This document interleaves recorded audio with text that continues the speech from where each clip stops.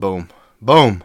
It's Trent Knox back with another episode. This is episode number 57 of the Trent Knox Show. This is a new format, I guess. I did seasons before. I've done, this is a new thing, episode by episode. So I counted out the episodes up to this episode.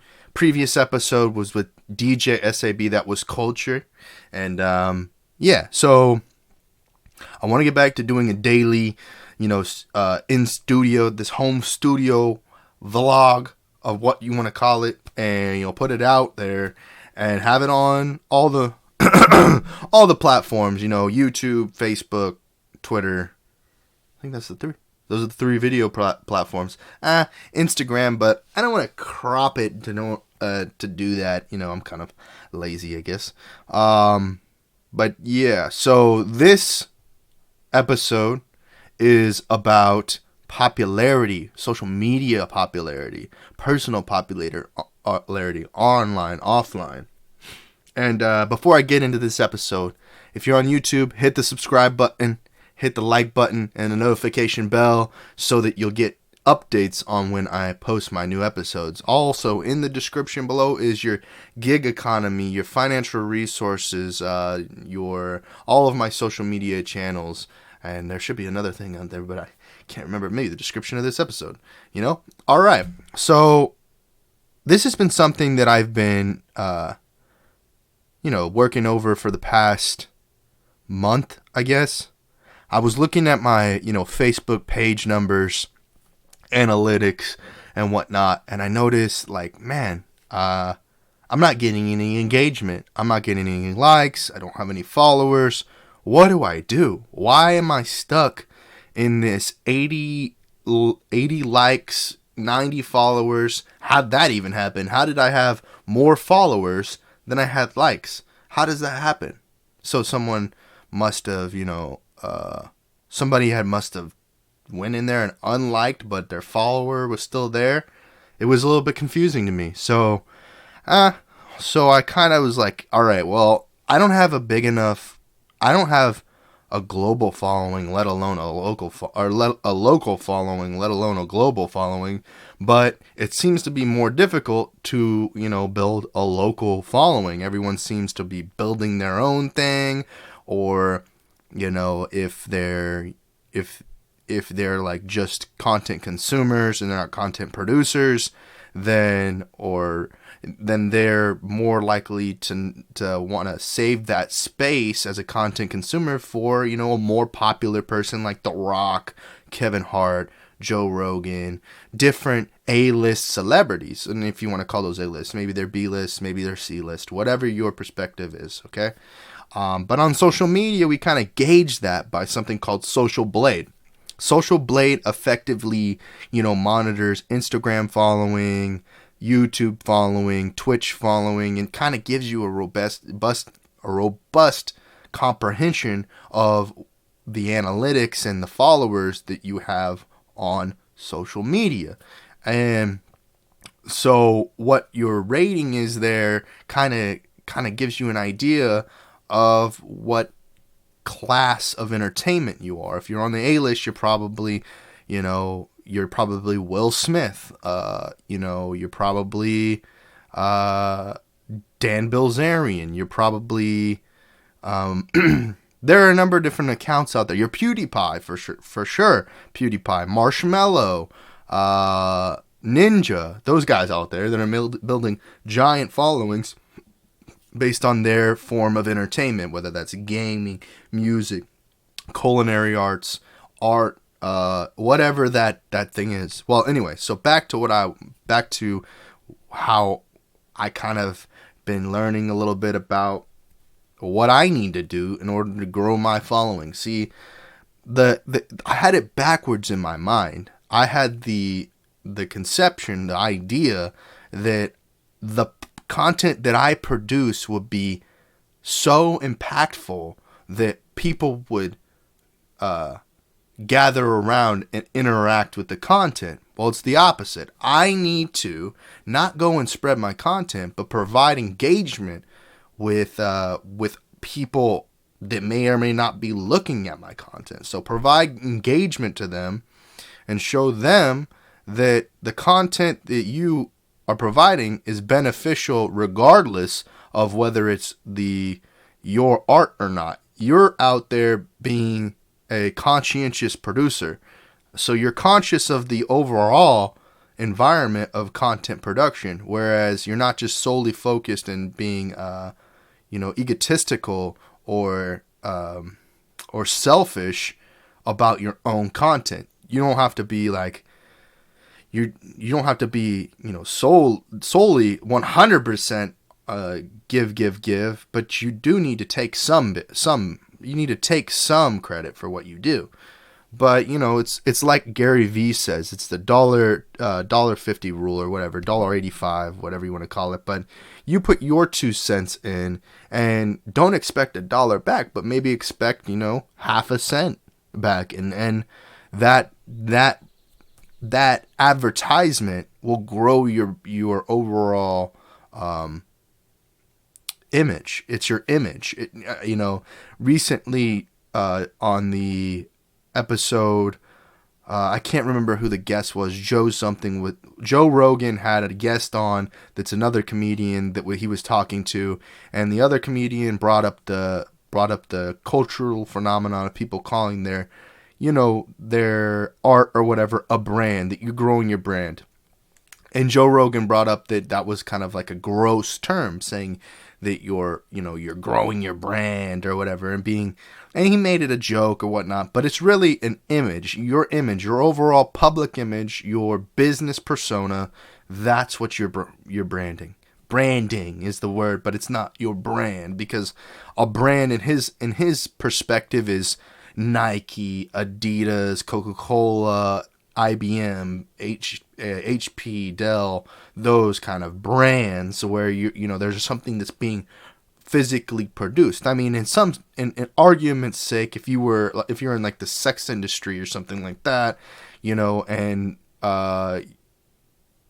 arguably you're having children through the sex industry, which is, I don't think that's, I mean, it's illegal, but it's not like legal some ways. Like, you can go to a sperm bank or an egg donor area and donate your eggs or donate your sperm, and then that kind of thing. But you can't go online, start up, you could, I guess theoretically you could go online and start a page, and then people paid you for impregnating them, or getting pregnant for you or something like that. I guess that's theoretically okay. I don't know the legality of it, but it would seem like if you can go to somewhere where they can take your eggs and they can tell you what you're going to do with it, you think that you can make your own decisions. Yeah, I mean, a surrogate. That's what a surrogate is. So yeah, I think that it's interesting. I mean, if we want to brand, like, okay, so blue-eyed, blonde-haired people, or brown hair, green-eyed people, or whatever your combination is.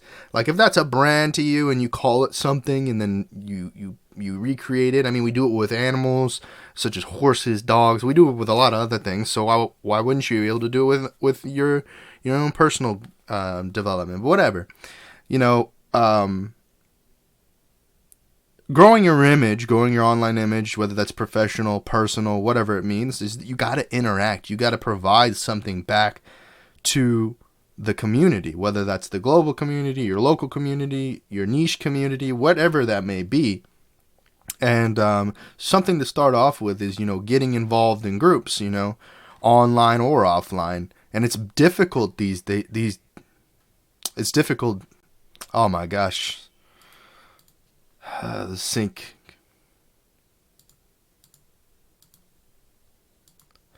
went off on the computer, so had to fix that. Anyway, so back to the point. What was I saying? Oh my God. So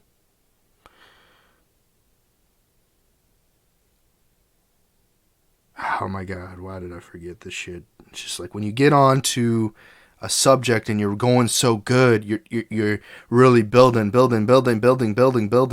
and then all of a sudden the server crashes and all that you built is pointless. It's irrelevant because now you can't continue to build. So you essentially got killed by the game.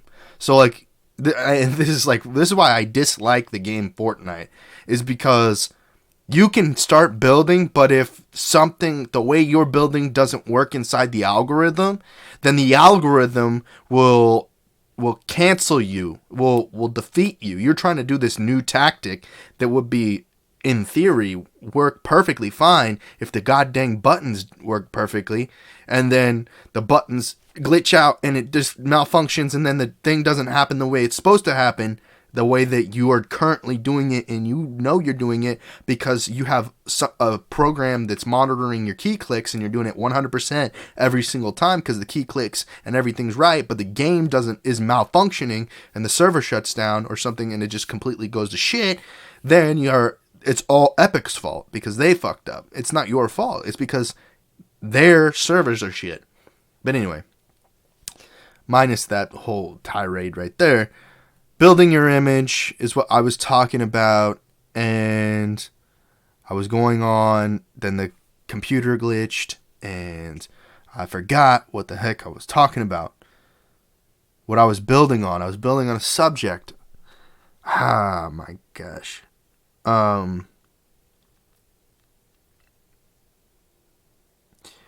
The importance of building a personal and a business brand, my tactics of interacting. It's hard and difficult. Okay, yeah. It's difficult to find offline groups to get involved with unless you are personally inserting yourself and forcing yourself to go to the local community center, or you're going to the bar, or you're going somewhere that has a youthful, interactive community, then it's going to be difficult for you to build a brand, a image, a personal or professional image without that interaction, and gambling on the fact that you joining this, community is going to be beneficial for you is not worth your time. It's not worth your time. So if you're going to like a bar or something like that, and you're spending X amount of dollars and recouping or reciprocating, receiving, whatever, that much double in return, then there's no reason for you to be utilizing your time there. Now, this is probably a reason why when you go to the bar, you probably only see 5s, 6s, and 7s, because 8s, 9s, and 10s, whether that's male or female, aren't going there because they're not there. There's no incentive for 8s, 9s, and 10s. They're not showing up because what are they going to do? Drink? I mean, what are they going to drink because they feel some way or something, and then all the hecklers of the 1s through 7s and the 8s and the 9s are all heckling up, and the heckling up is what causes someone who's, a little insecure, but they still look good, or their belief system is different, to not go and interact in the community. So that's why we see these artificial, these artificial people online, 10s, 9s, 8s, 7s, 6, 5, wherever you are on the scale of 1 to 10, because that person doesn't find a niche within the reality of offline. Their alternate reality, online, they seem to be able to connect with more 10s and 9s and 8s and 7s. May that be they connect in offline or not. So, that's what happens. And then there's a lot of people who have this misconception that they're a 9 or something like that until they meet a real 9. And then you're like, wow, that's a real 9. But they never have that interaction. So they're going around putting makeup on, checking their blemishes or whatever, and not being authentic online. And then offline, they look like a dweeb, or they look like a loser or something like that, because they're not portraying the real them in front of the camera. And so, whether that's your small personal page or your large business page, or some way that you're interacting with a business or another person, you're putting on an image that doesn't match offline what you put online. So it's like, for me, authenticity online has always been important. Though, I've always ran into, obstacles and pushback from this, because everyone always wants to, tell you how you should live. Everyone always wants to say how you should look, how a company may perceive you, and all of that is nonsense, because a company doesn't want to hire someone that they look at and they're like, oh, this person's fake 6 months down the road, because they didn't see the real person in front of the camera. They saw some fabricated bullshit, and then fake resumes and all of this nonsense that kind of, is this pity pat game bullshit. But, so for those of you out there who are, trying to get a professional job at ABC Incorporated, or, WBYN Network, or, X Manufacturing, or DBG Accounting, or publications, or whatever, you may want to have some fake ass account online just so that people, and then have your bullshit account private, I don't know. I don't know if that's true anymore. I think everybody has access to anything they want to get access to. They can get access to it as long as they're, in bed with some corporation that, does private investigation, and they hack into your they hack into a third party that's associated with you, and then they've got your information. They don't necessarily have to have your personal information to get your information. They could have your friend's information, and then because you're friends with that person, they've got your information. You can't do. There's no way to completely, there's no way to completely privatize a public platform like Facebook, Twitter, Instagram, or whatever. Your bullshit will rise to the top. Everyone will be exposed. If you're out there, you're the type of person that calls the cops on someone because there's a noise ordinance or something like that, or because they're being annoying to you, then, you're exposed for being a snitch, a bitch. Snitch and bitch. And that's what that is, especially it's bad when those, when you're a snitch and bitch and that shit fucking reciprocates back onto you. But then you have to go through the legal system to prove that you didn't actually do what they say you did, or whatever the system wanted to get out of you. Money, monetarily, time, whatever it was. You have to go back and deal with that crap. Speeding, when the cops' radar system wasn't up to code, so he gave you a false ticket, or these cops that are on per diem, and that are essentially independent contractors for a privatized prison system, is freaking ridiculous. It's stupid.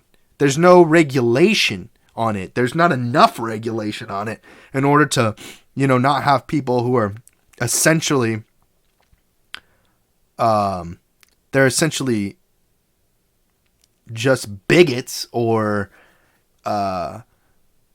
they're mentally handicapped to think that they can oppress other people through their fabricated, fictitious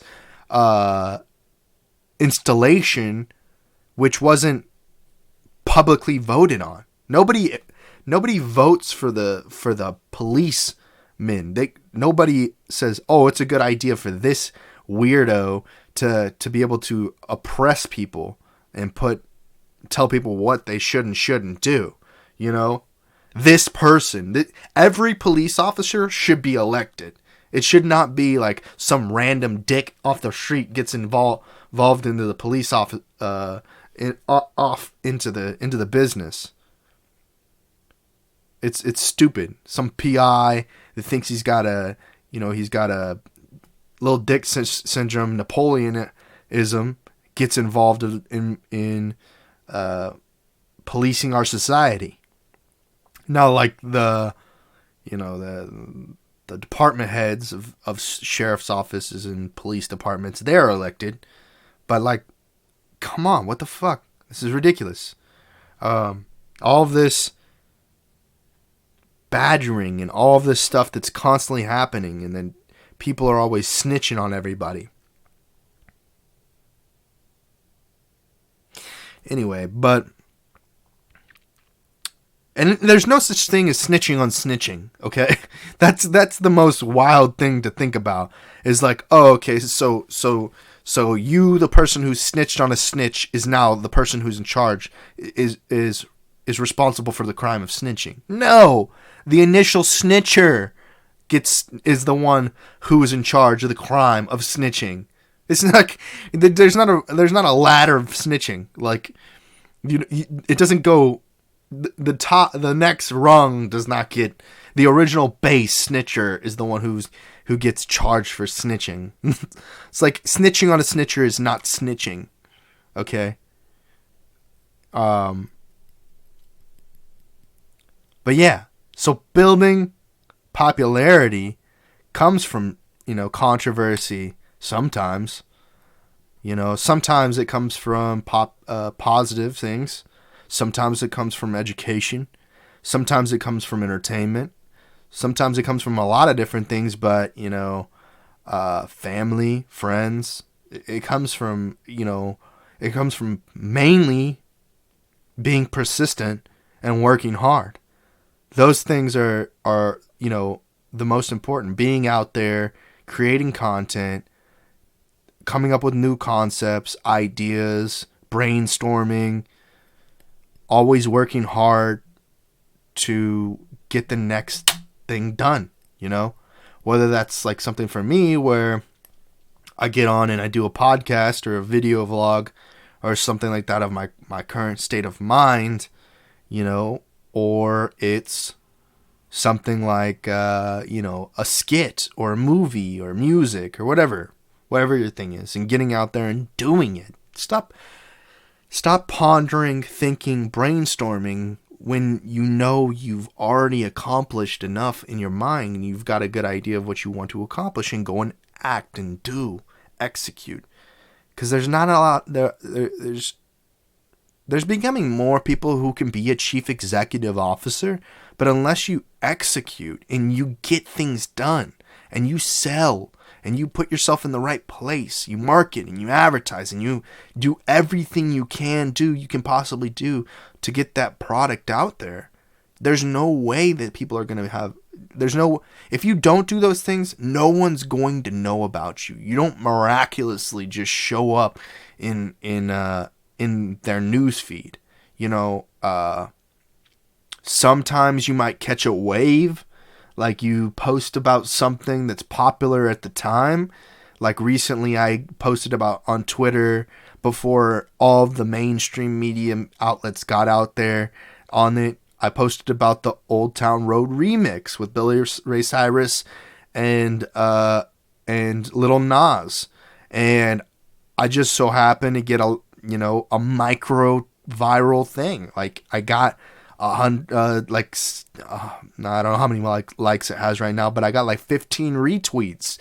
You know what I mean? I did ask my friends to retweet it as well. So I got like 3 friends to retweet it, but I got like 10, 11 retweets from random strangers, It didn't really change my followership on Twitter, which is unfortunate because you really got to find those number one things to talk about.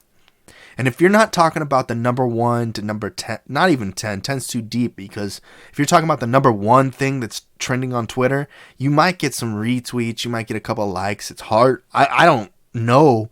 I think it's highly unlikely that you're going to get a follow. But you might get a follow, and then that might, boost your credibility a little bit, at least on Twitter, and then maybe you're working towards getting a blue check mark. Blue check marks are probably the most important thing in society right now, because it validates whether you're a human being or not. I don't think that they're out there, social media platforms are out there validating artificially intelligent robots, but I may not be correct on that. And if you know something about artificial intelligent created robots that are verified blue check marks, comment down below and let me know what the deal is so I can pursue this conspiracy. Because in actuality, in offline reality, this can really convolute someone's thinking process, believing that something that is artificial is real, and that's not, that there's no way to live up to be that. There's no way to, a Kim Kardashian, a Kanye West, or whatever these things are. For instance, in the new Captain Marvel movie, which I saw last night, Samuel L. Jackson is CGI. It's all CGI. We know Samuel L. Jackson is old. Like, why not just put in a CGI version of him? His voice is relatively the same, and as long as he's warmed up, he'll be able to really captivate the people with his voice acting, and he doesn't even have to be one time in the scene. They could just have a stand-in or a body double, or anybody, to be honest, anybody with characteristics that are similar to Samuel L. Jackson. Because he's got an iconic voice and an iconic way of acting. Yeah. And they've been doing that for quite some time. I think the first movie that probably showcased this was the Curious Case of Benjamin Button. And that was, the Brad Pitt movie in which he had regenerative aging. So I think that's right, regenerative aging, where he went from old to young in the reverse. It was quite strange. But that's something that's going on. You don't know what's realistically the reality that we're dealing with here. And I just hope that, that as I'm building my community, and you guys here now who are with me as I grow, online and offline, can understand that my goal is to mostly bring things into the offline reality, and express that everything in my community is a safe community, though everything will be judged upon, and that's just the reality we live in, is that you can't get away with, saying some bullshit and not having some sort of way to educate people on how it's not bullshit and how it's factual and has merit, and that people are thinking the wrong way, and that the perspective is actually the opposite of what people maybe in the mainstream believe. That the mainstream is actually negative. It's not positive. And that's something that Kevin Hart was just talking about on that last that interview with him and Joe Rogan, is that where humanity is predisposed to be entertained by the failure and negativities of other people. And that's something that I think that we all have to work on, is that instead of, praising people for their craziness, but praise them for for their due diligence and their good that they bring to the community at large. Anyway, so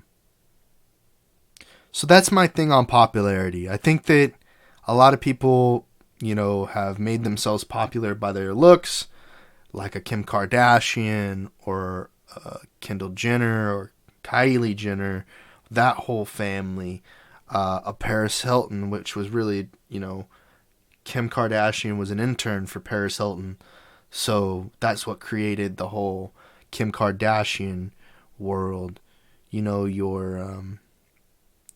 Your Sports Illustrated swimsuit models, your Playboy bunnies, or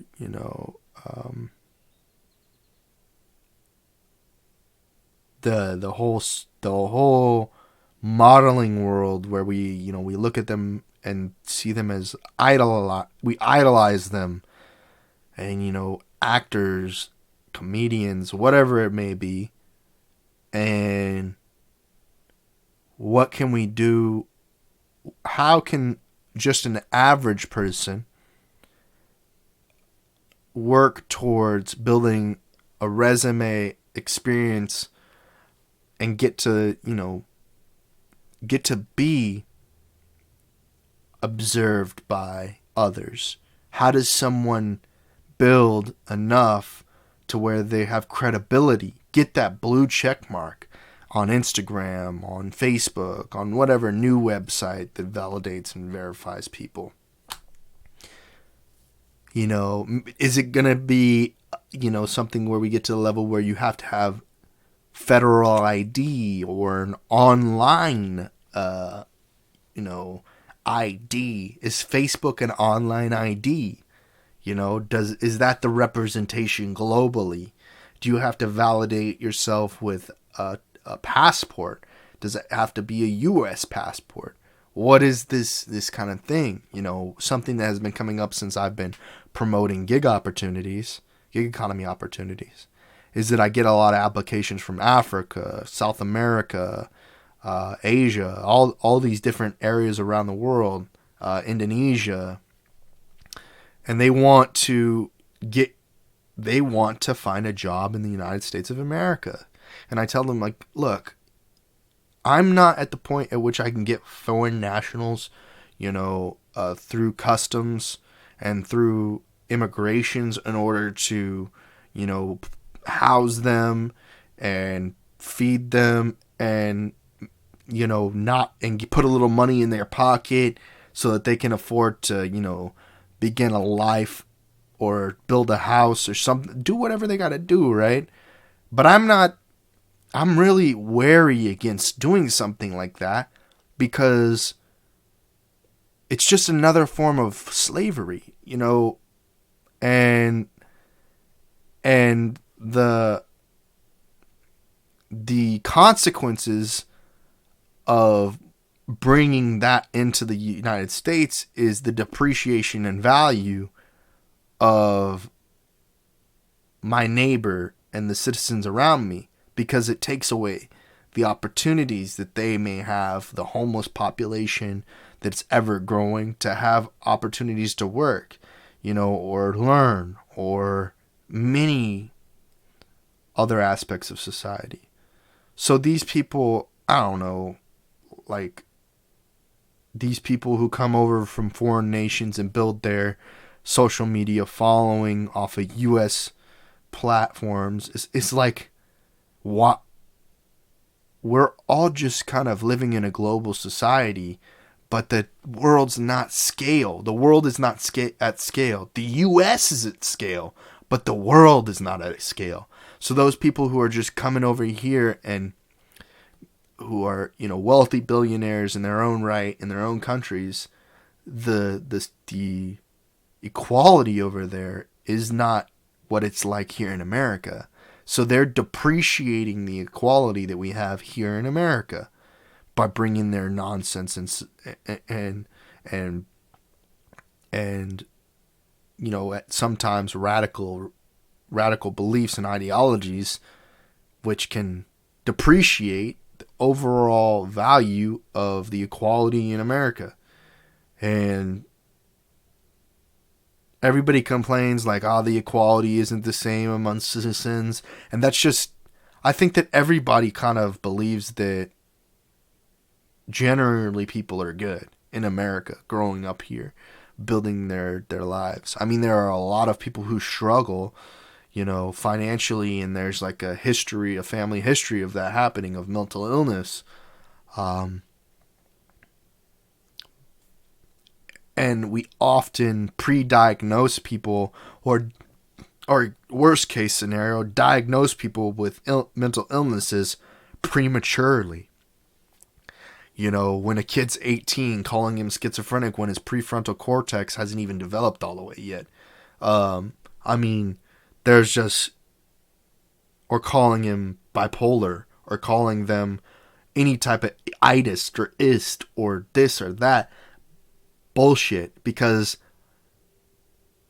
these medical physicians that are doctors in training that don't actually have their PhD and aren't the foremost experts on the subject matter are just appeasing the pharmaceutical companies.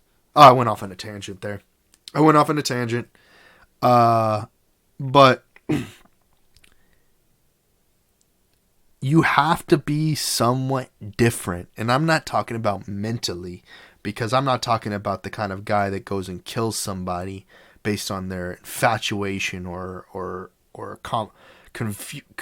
convoluted perception of the reality. I'm talking about you have to be a go-getter. You have to be drastic. You have to be willing to take chances. You have to be a risk taker in order to accomplish your dreams. Not your dreams, because that's your desires, the things that you want in your current reality, online, offline. You have to take chances. You have to go out there. You have to do things that the system doesn't register, thinks that it is a different, and it doesn't fit in a box. That's the whole imagery that you get out of the opening of the Kevin Hart comedy special, is that everybody's putting this guy in a box. They're trying to make him say he's this or that. He's in this contained box, and not until he gets out and can express himself does he feel like he's out of the box, like he's out of people. There's only a small amount of time, an hour, in which he gets to express himself in actuality, and maybe he's not thinking enough about the consequences of focusing on the money rather than focusing on the good or the great that can come out of his special. So he focuses on a demographic of people and isolates, and rather not focusing on the great. And this happens with a lot of public speakers.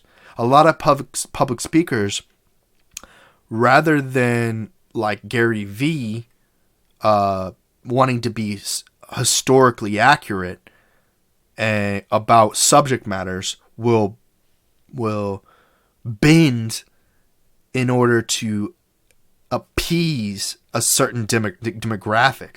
Rather, you should always be doing the right thing, the thing that you think is right? Unless that has to do with the physical harm or well-being of another person. We're not talking about money. Money is not a physical, issue. There's always going to be a financial resource out there for you.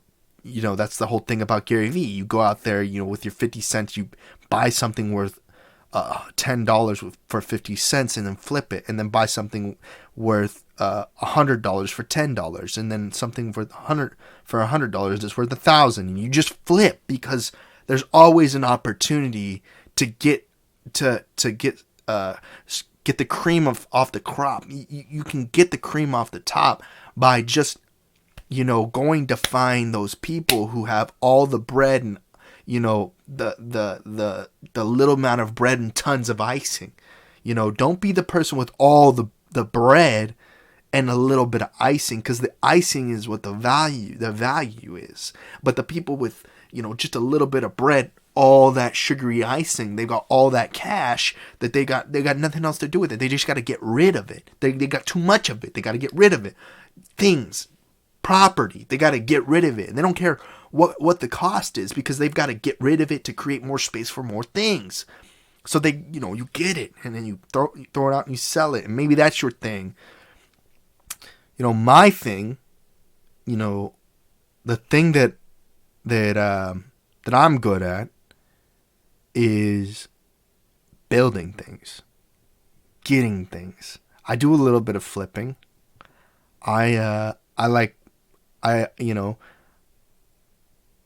Maybe you don't know, actually. I'm telling you right now that I did a lot of volunteer work. I've never brought this up before on a podcast. I did a lot of volunteer work when I was growing up, because I was in a program where volunteer work got you access to these great resources and camp opportunities. And then when I graduated college, I got the Golden Owl Award for like 100 hours of community service or something like that. It was like such a small amount of community service hours that I did, and I got that, that badge of being a volunteer and being like, helping people. I was a big time helper. I was, something else I don't think I've ever brought up on the podcast before, is that I was a mentor throughout, elementary school, middle school, and high school. I always mentored somebody that was my, my junior, a grade lower than me, or lower than that even. Like when I was in 5th grade, I had a 3rd grader, or maybe even a kindergartner, that I was mentoring, going through the school, kind of showing them what the ropes were like in the school, and what it would be like going to school at the elementary school. And then when I got to the middle school, I did it again. I did that for the kids that were about to graduate from the elementary school and coming to the middle school.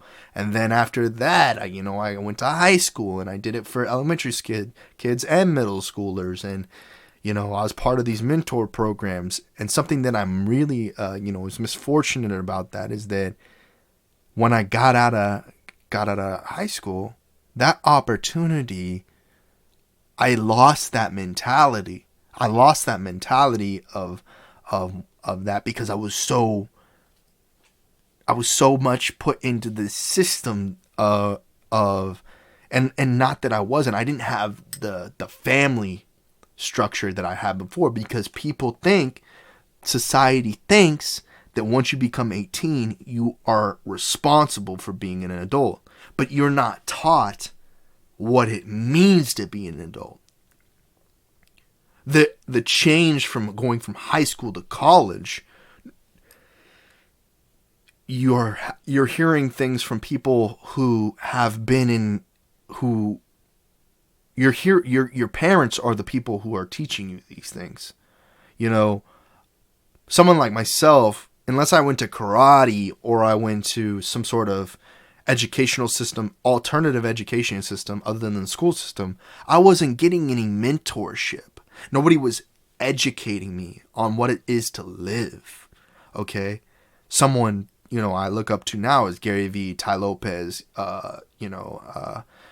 Tony Robbins, these kinds of people who are public speakers, not motivational speakers, minus all of that, but public speakers talking about life, what it is to live, money, food, water, shelter, needs, necessities, breaking it down to the essentials, the basics, in order for you to continue through life and be a positive member of society. That was one of my previous things in which I was just talking about me specifically. But now that I'm on this, I want to talk about the mentorship. So when I got to college, I had no idea what it was like to be in college. And so I would join fraternities or something like that to get an idea, but that wasn't what the whole of college is. I went to I was in a dorm where it was a activity based dorm where you had, in order to be in the dorm, you had to do so many hours of extracurricular activities with the community there. And the dorm, it didn't provide, that wasn't it either. The experience of college isn't necessarily, some people are giving enough education on or mentorship toward.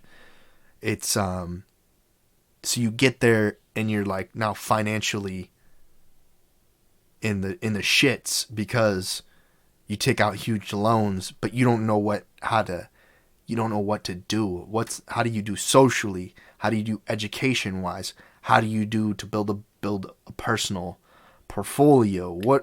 And how do you start from your freshman year doing that?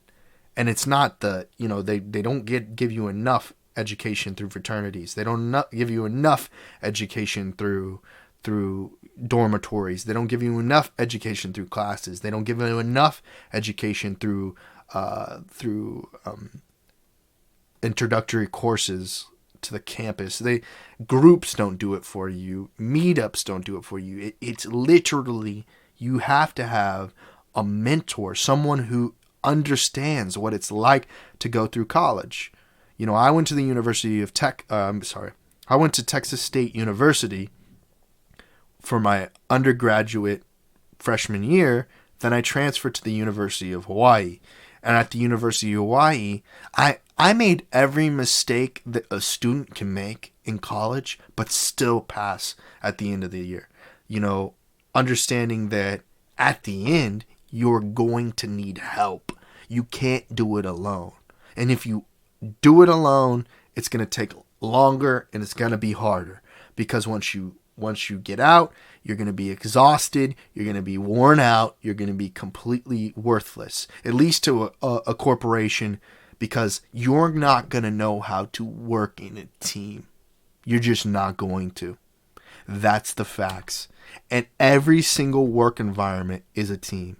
I made that mistake. I tried to do it on my own. I tried to get everything done. But at the end, it's always somebody else that's going to be supporting you to get through it. Because they're going to want your money. They're going to want your time. They're going to want your interaction. They're going to want you to pay back to the school through donations. They're going to want to get you to do everything that you shouldn't do. Everything that you should do is work on yourself. But if you want to be able to understand how to direct a team, you have to be a part of the team. And that's the problem. The problem is it shouldn't be that way. There should be an outlet for someone to be able to accomplish the goal on their own and build their own thing without being a part of the team. Being an I, forget about team. Just being an I. Just being the sole purpose, the catalyst for earning an income. But everything is communicating with the buyer, communicating with the seller, communicating with the consumer, communicating with all these people in a team, a network. And that's something that isn't explained throughout high school because you're just being pushed along. In high school, you're just going with the flow. In college, there's no going with the flow because there are too many flows, too many waves. All of this is going on. The break is happening all the time. That's why you see in college, you see the girl that's in Ibiza because she doesn't have school. You're not on the same schedule. You're not on the same program. There's multiple skills in one school. You're just the perspective on what the university is, the college, the community, whatever it may be that you're looking at higher education is difficult. But anyway, so I think that's enough for today. This was the 57th episode of the Trent Knox Show.